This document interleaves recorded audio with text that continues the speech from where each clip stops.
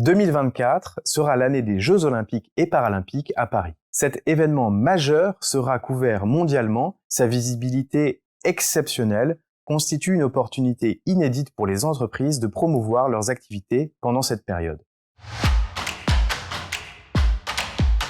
En principe, seuls les sponsors officiels ont l'autorisation de communiquer sur l'événement. Le financement des Jeux Olympiques repose majoritairement sur des recettes privées perçues par les organisateurs. Parmi ces recettes figurent la billetterie et les contrats de partenariat par exemple. En contrepartie de cet investissement, seuls les sponsors ont la possibilité de communiquer sur les Jeux Olympiques et associer leur marque à cet événement, dans les conditions évidemment prévues par le contrat conclu avec les organisateurs.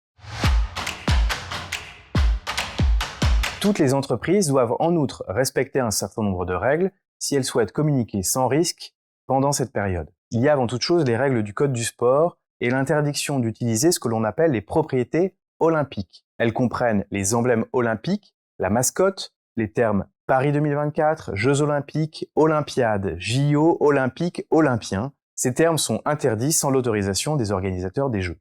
Et au-delà de tout ça, il faut tenir compte d'un corps de règles spécifique qui est la charte olympique. Cette charte encadre très précisément pendant la durée des Jeux la possibilité d'utiliser à des fins publicitaires l'image des participants, en particulier les athlètes, et les communications des participants eux-mêmes.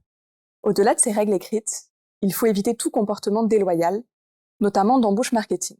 L'embauche marketing désigne une stratégie publicitaire qui consiste à s'associer de manière plus ou moins directe à un événement sans autorisation pour profiter de sa notoriété. Cette pratique présente des risques dans la mesure où la jurisprudence a pu considérer dans certains cas qu'elle constitue une forme de parasitisme. Tel est le cas lorsqu'un opérateur tente de se faire passer pour un partenaire officiel alors qu'il ne l'est pas. Communiquer sans précaution pendant cette période particulière présente des risques importants dont les entreprises doivent tenir compte, qu'elles soient partenaires ou non.